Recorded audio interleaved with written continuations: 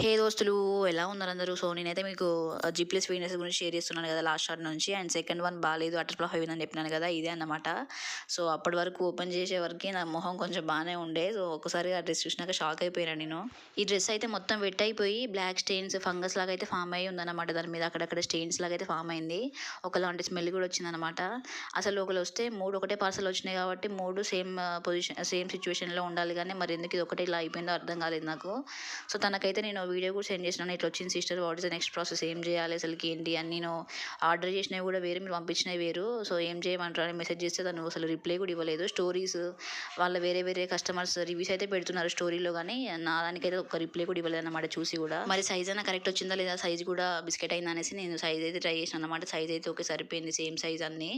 So ఇంకా డబ్బులు నావి కదా, కాంప్రమైజ్ కావాల్సింది నేనే అనేసి ఇంకా వాష్ చేసుకొని అయితే యూజ్ చేస్తున్నాను డ్రెస్. ఇలాంటి బ్యాడ్ ఎక్స్పీరియన్స్ మీకు ఎదురైతే మీరు ఎట్లా రియాక్ట్ అవుతారు అనేది నాకు కామెంట్